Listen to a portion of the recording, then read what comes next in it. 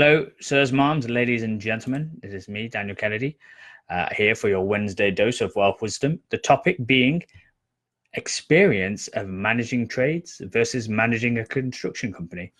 Now, why do I feel qualified to talk about this? Well, I've done multiple refurbs. I've done 5 in total to HMOs from your standard buy-to-let, standard 3 beds to a HMO.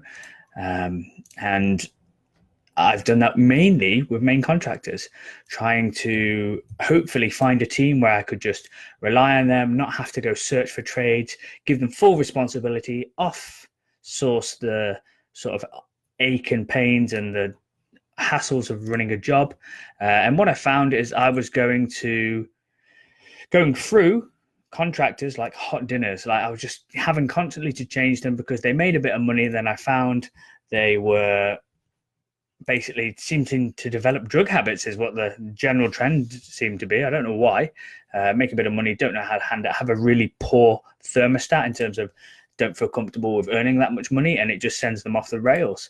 So after a few deliberations and a few discussions with my various advisors and people who help me out and business partners, I decided to make the plunge and set up a construction company.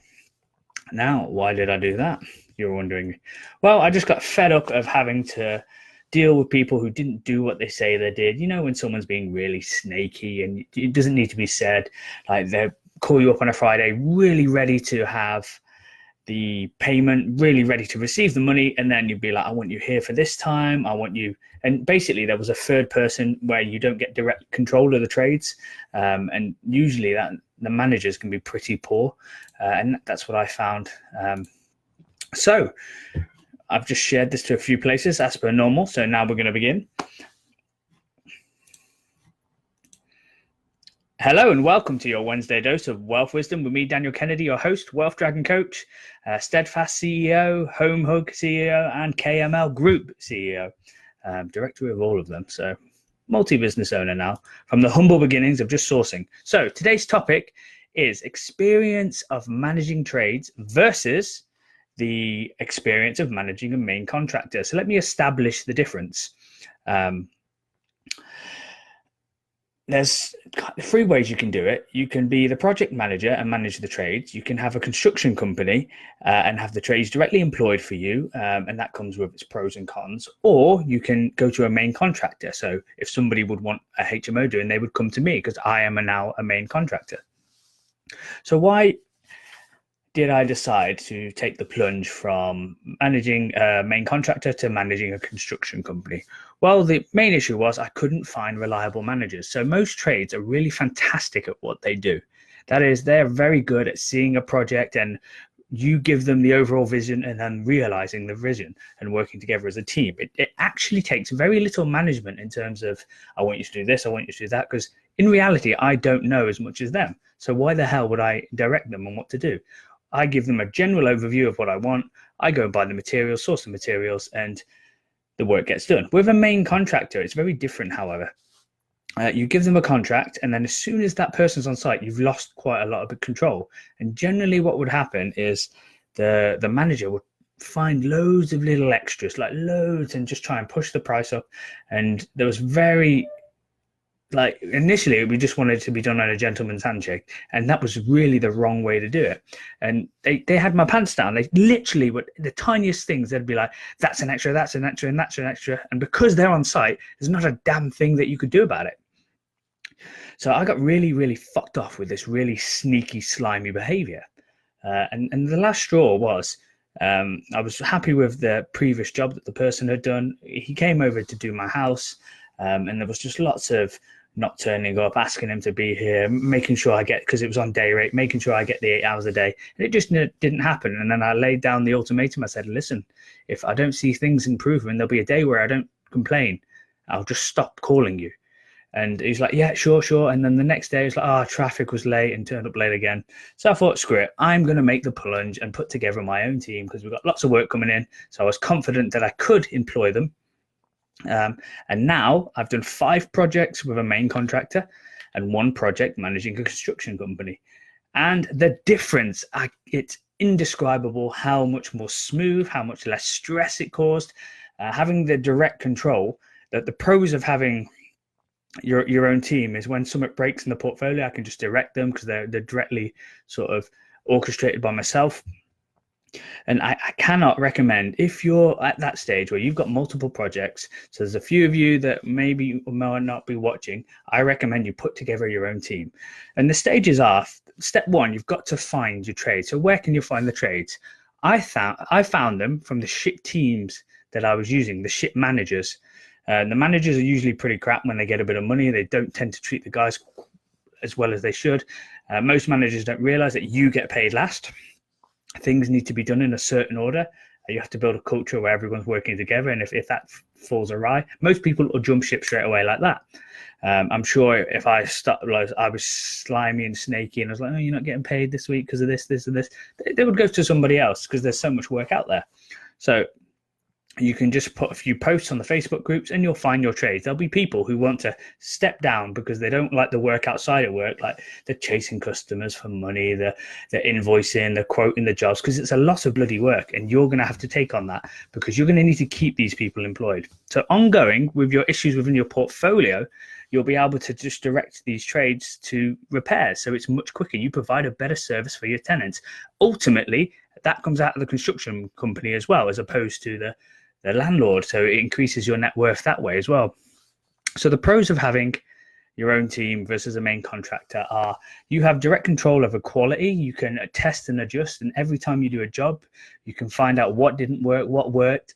And then moving forward from that, you can, for the next job, you can put rules in place, suggest things, and then hopefully iron out all the creases, because there will always be issues, trials and tribulations in anything that you do. That is the case. I've never had something that's been smooth, easy.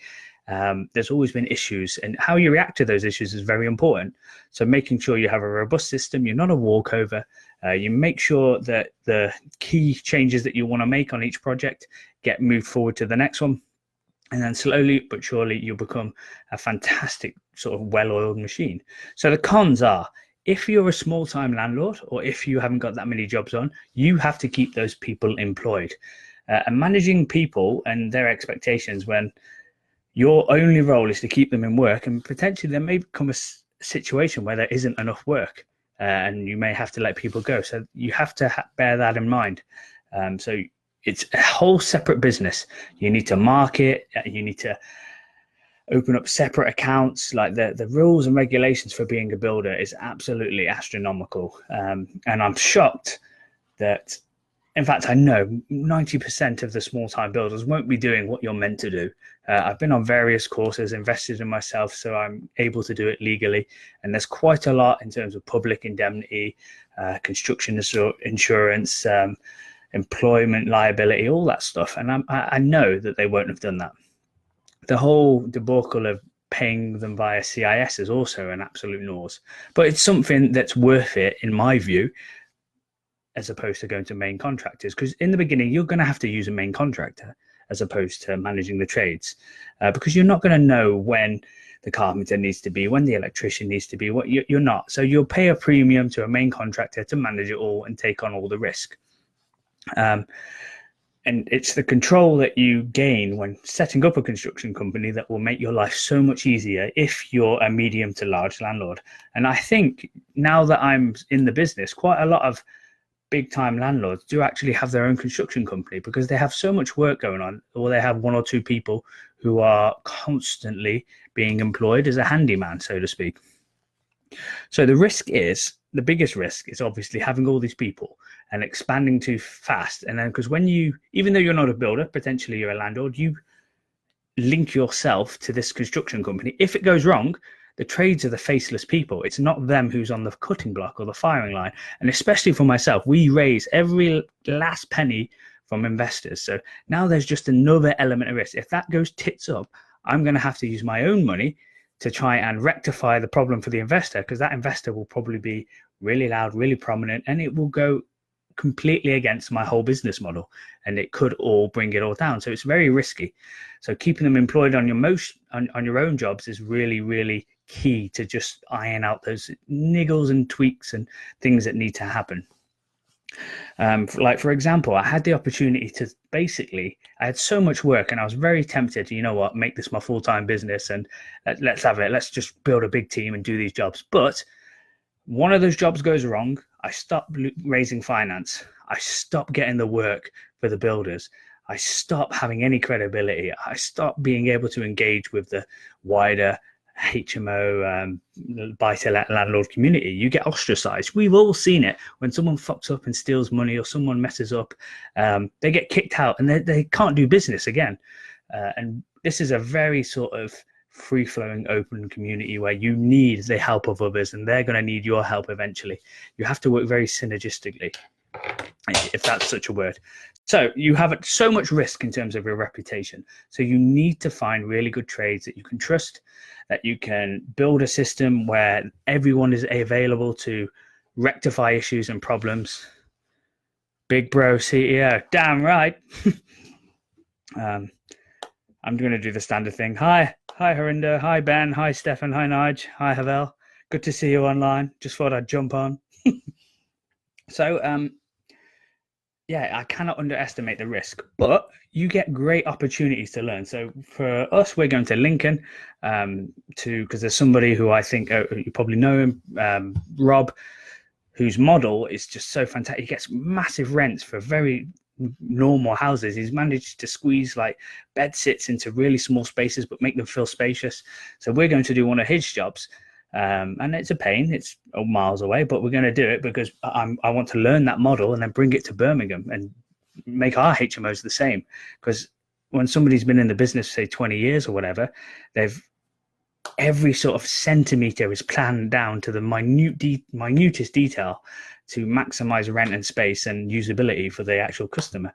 So that's one advantage that I never would have had if I didn't have this construction company, because I would probably have to pay to get that sort of advice and that sort of mentoring. But now I'm actually getting paid to do it because I'm going to go there, do the job, and there'll be questions that we need to ask. How do we set this up? How do we set that up? It will get done, and then we can come and bring the model back to Birmingham. So one thing I don't want to underestimate is, or I don't want you to underestimate if you're going to go this route, and I really unreservedly think you all should, is the workload. My God, like managing the hundreds and hundreds of transactions a week and assigning them to the right project, making sure there's funds in the account, because if there isn't funds in the account and the client hasn't paid, but you're the boss and you've got trades, you still have to pay them. So this isn't something you set up from nothing. You have to have quite a large capital investment initially, because you're going to have to pay for all your insurances, pay for various tools that the team might have. And we have it set up on a CIS system where the guys have to provide their own tools, but they can put things through the books. And I have it split in a way where they get all the profit. So the three main trades get all the profit from the company. So when we turn a profit after we've done various jobs, the trade, I get nothing. So why would I do that? Why the hell would I do that? All I wanted to create was a team that I could employ on my jobs that wouldn't fuck me over. Like, you've all been landlords, you've all investors, like, you would have had more problems than good. Like, today I read a lady has had, fortunately she was very smart and didn't pay in front of the works, but had a builder just walk off a job. It happens all the time. And I was really starting to feel there were more bad than good. But now what I feel, even the bad builders will be good builders if they're managed correctly. It's all about the culture of the management. You can turn someone around. So that's why I did it. So I had this team that I could employ at cost price. So say if a job would cost, say, 100,000, it will probably cost about 80,000 to do. So I make that saving there. So ultimately, I'm kind of the winner here on our jobs because I get them cheaper as opposed to having profits from other people's work, have it split four ways. But the trades, why do they buy into this company? Because it's theirs, essentially. I'm a minority shareholder, but I basically do all the backdoor work and get them to do all the front-facing work of the actual job. And most people really, really like that setup, is from what I've found. And you can build a really sort of great team and culture. And so, yeah, that's my take on it. Without a shadow of a doubt, it's better to have your own construction company because you have more control over the quality, more control over the timescales. We've gone from doing HMOs in 14 weeks to 8 weeks. nearly half on what we normally would.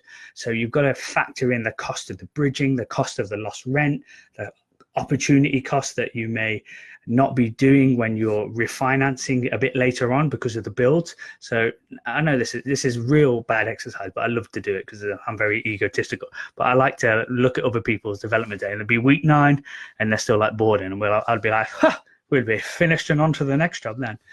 But it serves no purpose. But that's the type of thing that you can orchestrate.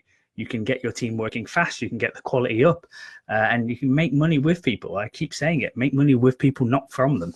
And you will have the world as your oyster. So in summary, do it. The risks are your reputation. If this goes wrong, it's like all chips are on the deck. It's all or nothing. You can end up with everything or nothing. So you've got to do it right. You cannot compromise on certain things. Bearing in mind, you've got lots of CDM stuff that you need to learn about health and safety. You have people who can come onto your site and potentially fine you on the spot if you're not abiding by them. You have notifiable jobs. You need to put all this into practice. And that's something that I'm learning more and more and more and more. And just realize the workload initially is absolutely horrific in terms of setting up the accounts, setting everything up so it's systemized so people can put expenses in and put their receipts in, and everything's in line with what your accountant wants. But once it's done, and potentially you could hire somebody to take that role as well, which I'm doing. So somebody's going to come in and replace me in terms of what my role is in Steadfast. So hopefully it's a self-sustaining company, and I'll take a big step back once that person feels confident. It will be a self-sustaining business that I can just call upon, and it's just a win-win-win. And that is the end of this podcast. If you've got any questions about managing trades or managing builders, managing a company, was it worth it? Do let us know, because it's a big subject and you can potentially lose tens of thousands of pounds. So just to my biggest probably downfall was my first big HMO. It cost £140,000. That isn't for a really big HMO. That's for an 8-bed. And that's how much I had my pants down. It should have cost about 90. So not being educated, not having that direct control, having this sort of baptism of fire is why I feel I have a good perspective on able to comment on why I feel everyone should be striving to get to their own construction company, because there's just so many gaps in the market and there isn't enough trades. But no, there are enough trades and there's enough work, but there aren't enough good managers. So if you fill that role, you can potentially have a real profitable and real sort of worthwhile company that you can create. And that's my take on it. All right, thank you for listening and enjoy the rest of your night. I'm going to go take my dog for a walk.